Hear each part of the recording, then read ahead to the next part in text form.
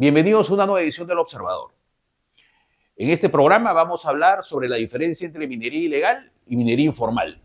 Algo que a veces no queda claro o algo que últimamente se está confundiendo mucho, ¿no? Estos términos para tratar de desorientar al público en general y al minero en particular. En una segunda parte, en un segundo bloque, vamos a hablar de cómo va el proceso y cómo algunas personas o algunos grupos están tratando de boicotear un proceso de formalización que por lo menos debería tener algunos resultados a fin de año. Y también algunas críticas a cómo van las cosas. Bien, esos serían los dos bloques que vamos a tocar a continuación.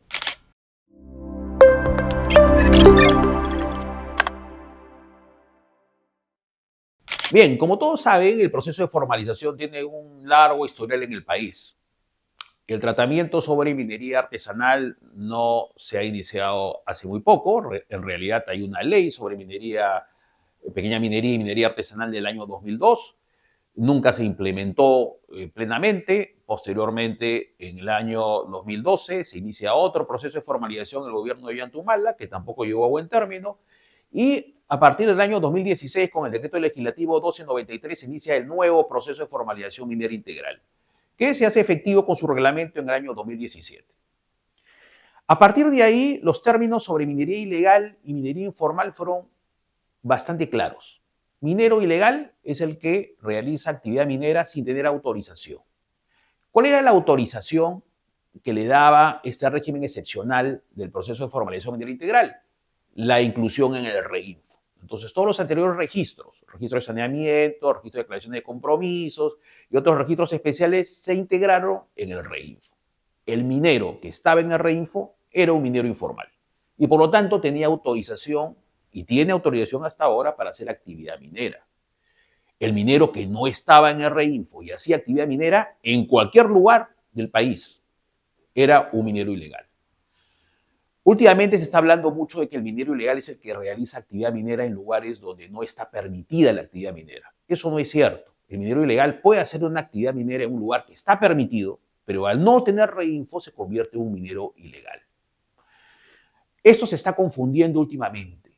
Y a raíz también de todo el proceso político realmente que se ha dado de polarización entre supuestamente mineros artesanales y el Estado y la gran minería, ha salido un término que ahora está mencionándose continuamente, mineros ancestrales. ¿Qué significa un minero ancestral? Un minero que siempre ha hecho actividad minera, tenga permiso o no tenga permiso, esté en el REINFO o no esté en el REINFO. Entonces, probablemente más adelante se cree otra categoría para hablar sobre los mineros artesanales que no tienen autorización para hacer actividad minera. La norma, al ser tan clara, no debería llegar, digamos, a confusiones en la gente y menos en el público especializado, menos en los medios de comunicación. Sin embargo, parece que nunca se entendió bien. Porque además no solamente viene del lado de aquellos, como ya he dicho, populistas y dirigentes demagogos que están buscando beneficios individuales, para levantar al minero y para hacerlo entender que el proceso no va a ningún lado, sino también va por el otro lado, por el lado de la gran minería y de los medios de comunicación, que de pronto también se olvidaron de que existen mineros informales a raíz del proceso de formación minera integral que no deberían llamarse ilegales. Eso es lo concreto también.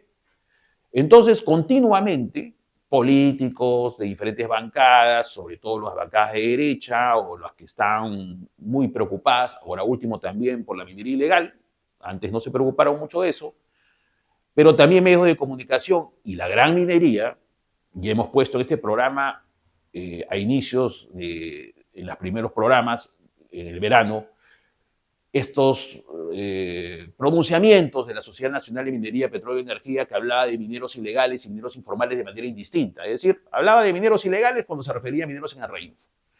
E incluso, y eso ha sido la campaña, y hay que decirlo, una campaña sistemática también, de criminalizar al REINFO. Es decir, todos los males están contenidos en el REINFO. Entonces aquí ha habido, digamos, una confusión creada con mucha intencionalidad. De un lado, del lado, digamos, de algunos dirigentes que no han ayudado en nada a que este REINFO sirva de algo, esta idea de que todos son mineros informales, incluso los mineros ancestrales, entre comillas, que no tienen tampoco inclusión de REINFO. Entonces, todos tienen derecho a trabajar y por lo tanto no debería haber ningún registro, ninguna autorización, no debería haber absolutamente nada. Que sigan trabajando. Por ejemplo, que aquí hay una especie de criminalización de la minería informal. No tanto es cierto, en realidad se ha generado un proceso excepcional y el minero informal tiene derecho a realizar actividad minera en el marco de su inscripción a REINFO. No debería ser criminalizado. Cualquier acto arbitrario o de abuso de autoridad puede ser denunciado de manera inmediata. Es más, existe una cobertura de REINFO. Yo creo que de manera adecuada, porque el Estado ha entendido, no ahora, no en este gobierno, no en estos últimos años, ha entendido que hay una situación de hecho, que el minero realiza la actividad minera en concesiones de terceros, que eso ha sido un problema histórico y finalmente le ha dado un marco protector a nivel legal. Entonces, no estamos hablando solamente del REINFO desde el año 2016, con el decreto legislativo 1293, estamos hablando ya, por ejemplo, de otros registros que le daban un estatus al minero informal y la posibilidad de formalizarse. Sí ha sido, efectivamente, parte de una campaña de criminalización mediática el REINFO. En eso yo no estoy en absoluto de acuerdo. Creo que el minero ha tenido el derecho de formalizarse cuando el marco jurídico le dio esa posibilidad. Cuando el Estado dijo, efectivamente, estos mineros necesitan tener un tratamiento distinto. Así como también tuvo un tratamiento distinto el sector poblacional que, por ejemplo, invadió Lima en los diferentes lugares, que generaron urbanizaciones. Bueno, se le dio finalmente un estatus legal, se le dio formalidad sobre la propiedad. Pasa lo mismo con la actividad minera. Sin embargo, también está el otro extremo. Si el marco protector que te da el REINFO te genera obligaciones, hay que cumplirlas. Entonces, lo que sí es inadmisible, y lo he criticado y lo voy a seguir criticando, son estos discursos de estos dirigentes que dicen no cumplas con nada. No, el Estado no merece pedirte absolutamente nada. Es más, el Estado tiene que darte las concesiones de terceros para que tú trabajes ahí porque son concesiones ociosas o porque son concesiones de la gran minería, en fin. ¿Eso a quién perjudica? ¿A la gran minería o al minero artesanal? Perjudica al minero artesanal, porque el minero artesanal tiene un marco protector y normativo, por ahora, que le ha dado la posibilidad de formalizarse y de entrar a la actividad minera en el marco de una protección jurídica ya en la formalidad, que puede hacerlo crecer incluso. Podría presionar, por ejemplo, un minero ya formalizado en el marco de este proceso porque el fondo minero sea efectivo. Podría presionar para que, por ejemplo, existan normas mucho más adecuadas para la comercialización de minerales y la posterior exportación. Pero un minero informal, alentado por los dirigentes mineros, que jamás, durante del 2016 al 2025, jamás intentó sacar un instrumento ambiental, ni declarar producción, aunque sea en cero, porque eso le permite el sistema, o tener un RUC activo, puede decir, me han excluido injustamente. Entonces, no pensemos solamente en el argumento del REINFO o la proceso de formalización no sirve de nada, sino que pensemos en qué tipo de ventaja se le ha dado este marco protector al minero para que pueda lograr una formalización o presionar a fin de año por una formalización cuando el Estado ya no pueda cumplir con lo que se ha comprometido, valga la redundancia, con el mismo minero. Eso es un tema que me parece importante recalcar. Entonces, en conclusión, la minería informal está protegida jurídicamente por el Estado, en el marco de un proceso de formalización que le otorgaba el estatus de informal al minero incluido en el REINFO. ¿El minero incluido en el REINFO en ese momento puede vender su mineral? Sí. ¿Puede exportar su mineral? Sí. ¿Puede desarrollarse? Por supuesto. ¿Ha cumplido con todas las autorizaciones que se cumplen en el régimen ordinario? No. Por ejemplo, la gran minería, la mediana minería y la pequeña minería y minería artesanal que sigue el régimen ordinario para la autorización de actividad minera, tiene que cumplir con una serie de procedimientos para poder finalmente hacer minería. El régimen excepcional le ha dado al minero informal la posibilidad de hacer minería mientras va cumpliendo con los requisitos. Es un régimen excepcional. Tácticamente el minero artesanal debería haberlo aprovechado, por supuesto, ha tenido varios años. ¿Quiénes han complotado y siguen complotando contra esto? Contra los mismos mineros artesanales, quienes tienen otros intereses, quienes no entienden que hay que hacer algunos movimientos tácticos también para favorecer al minero artesanal. Y ahora dicen, de nada sirvió todo esto, no se formalicen, no sirve de nada, como lo vamos a ver en el segundo bloque. Nuevamente, no es porque hay un tema personal, sino es un asunto político y social, con los señores de Confemí y específicamente con el señor Máximo Becker, que dice cosas impresionantes, como vamos a ver en el segundo bloque. Yo quiero terminar este primer bloque señalando también que ningún partido político a la fecha está tomando este asunto en serio. Creo que tampoco tienen la menor idea del significado de la minería informal. Entonces también confunden minero artesanal, minero ancestral, pequeño minero, con el minero informal. El minero informal está en este marco jurídico, en este proceso excepcional, como parte de un reconocimiento del Estado a una circunstancia específica y muy particular. Y esa circunstancia específica y muy particular va a terminar este año. La minería artesanal va a continuar después del proceso de formalización, por supuesto. Se tienen que generar marcos para que los que por lo menos cumplan con casi todos los requisitos a final de año puedan continuar, por supuesto. Y eso sí se va a exigir al Estado. Si el Estado, por ejemplo, no tiene la capacidad para tramitar todos los instrumentos ambientales que ahora se concentran en el MINEM, eso será responsabilidad del Estado. Eso sí es responsabilidad del Estado. Y hay que decirle al Estado que tiene que hacer algo al respecto, que no puede eliminar a todos esos reinfos. Ahora bien, hay una fecha límite en estos momentos, que es el 17 de este mes, para que los mineros que no han declarado o no han pedido su autorización de uso de explosivos en el SUCAMEC también salgan del registro. Y aquí sí hay una crítica concreta.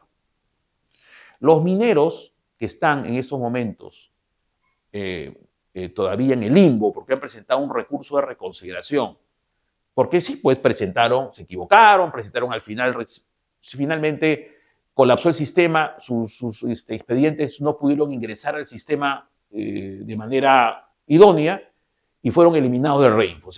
Tienen un recurso de reconsideración, nuevamente no es algo que le ha dado este gobierno ni el ministerio, sino que es parte de la normatividad administrativa, el presentar recursos de reconsideración, como presentar cualquier otro tipo de recursos en el marco de la Ley General Administrativa.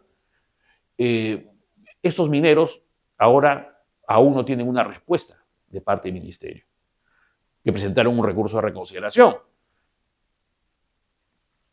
Tienen que tener su registro habilitado para poder presentar ante SUCAMEC su autorización. Además, tienen que haber tramitado antes su opinión técnica sectorial favorable en el MINEM. No van a poder hacer nada de eso. Entonces, este plazo sí efectivamente tiene que ampliarse, porque hay una circunstancia que no ayuda, la circunstancia de que el minero tenía el derecho administrativo de presentar un recurso y la circunstancia de un plazo que está muy cerca del otro que se ha emitido.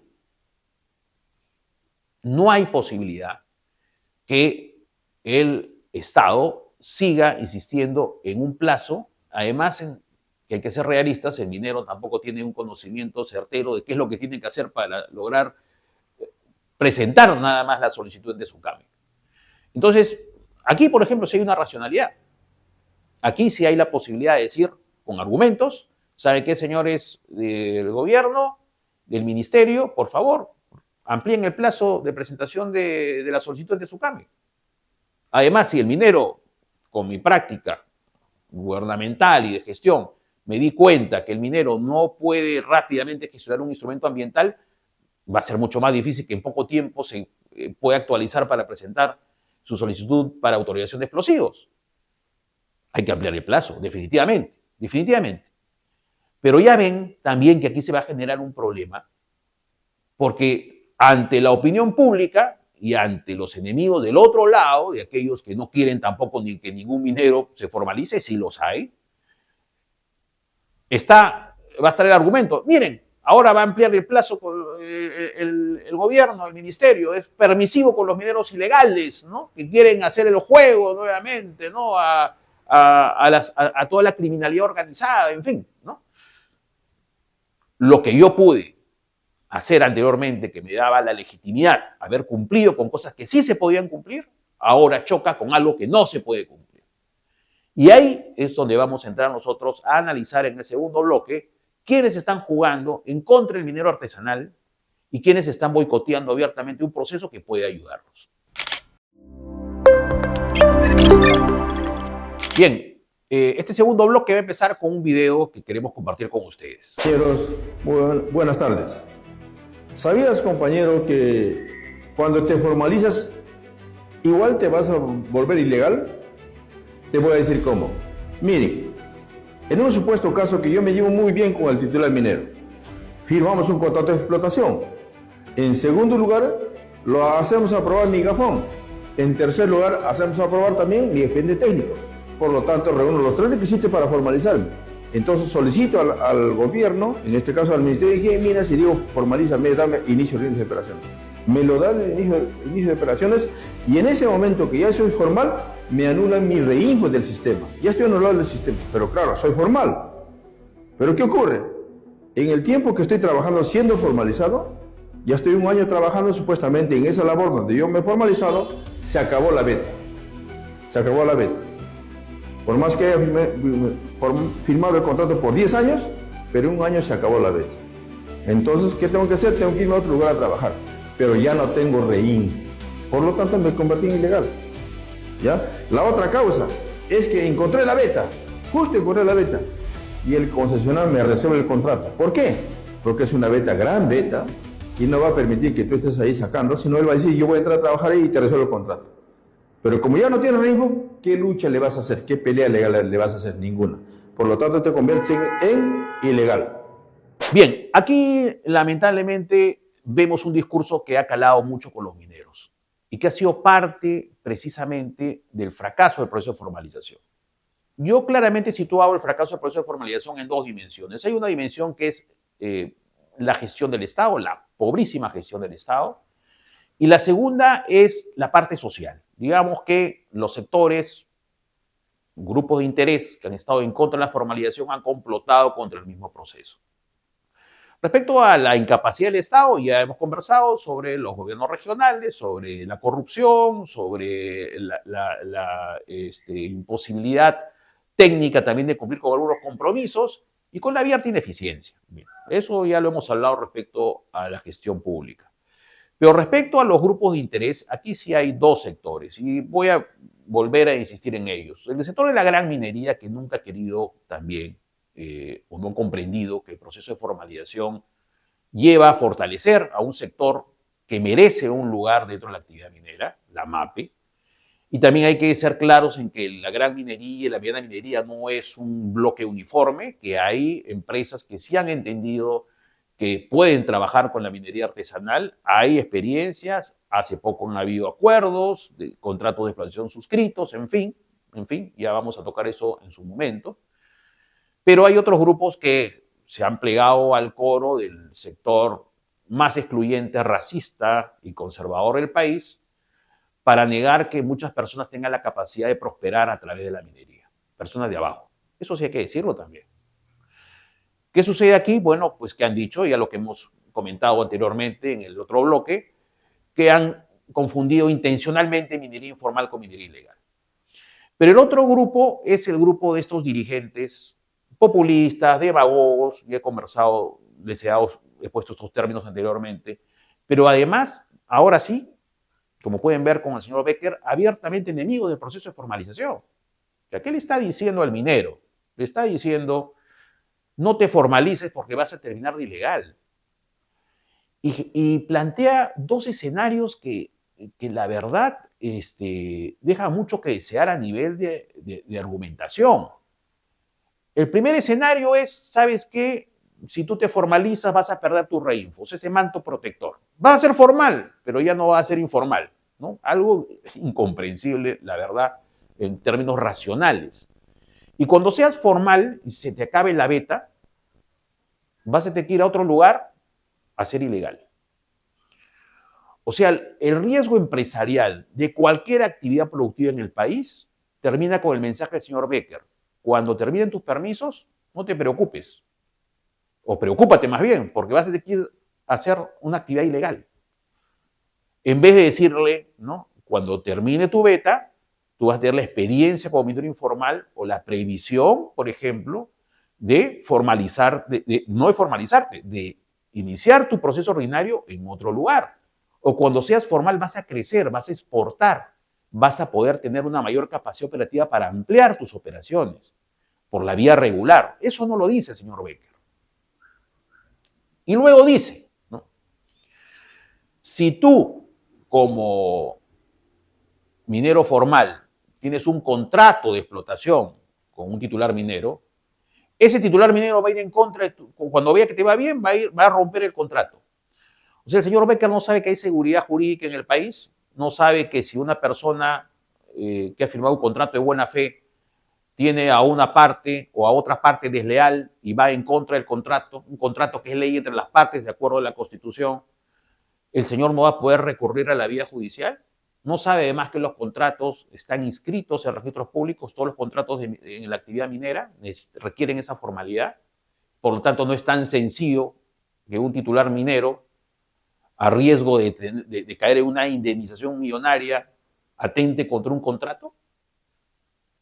¿Por qué se engaña de esta manera el minero? ¿Qué está detrás de todo esto? No considera el señor Becker y otros dirigentes que el minero artesanal tiene una fortaleza cuando se formalice, cuando sea un minero formal, cuando pueda exportar sin contratiempos, cuando acceda al mercado mundial sin el temor de que sus barras de oro se queden decomisadas en aduana. ¿Qué se está buscando? ¿Cuáles son los intereses detrás de todo esto del grupo de dirigentes que supuestamente defienden al minero en proceso de formalización o defienden al minero artesanal? Porque ellos mismos son mineros artesanales. Es un asunto muy lamentable y creo que aquí hay que empezar también a denunciar algunos de estos comportamientos. No por ser políticamente correctos se van a dejar de decir algunas cosas, ni de un lado ni de otro. Yo personalmente vengo trabajando mucho tiempo con minero en proceso de formalización y considero que la formalización le da una herramienta para lograr un beneficio dentro de su actividad. Vamos a seguir sobre este tema. Me parece importante que en las próximas ediciones toquemos temas mucho más particulares respecto a algunos casos emblemáticos que hemos dejado de lado por toda esta coyuntura, pero sí quiero despedir este programa mencionando que, primero, nosotros no estamos en este espacio en contra del minero en proceso de formalización. Estamos en contra del mal uso del discurso de formalización para encubrir actividades ilegales. Y tampoco estamos nosotros a favor de ese sector empresarial, social o minero, me refiero a la minería, que atenta también contra la idea de que el minero informal pueda llegar a ser formal y pueda llegar a competir también en la actividad minera. Aquí lo que queremos es lo más justo, porque finalmente lo más justo para un sector económico importante va a ser lo más justo y beneficioso para el resto de la población. Bien, eso es todo por el día de hoy y esperamos que puedan compartir este programa, darle me gusta a este modesto canal y nos veremos en una próxima edición del Observador.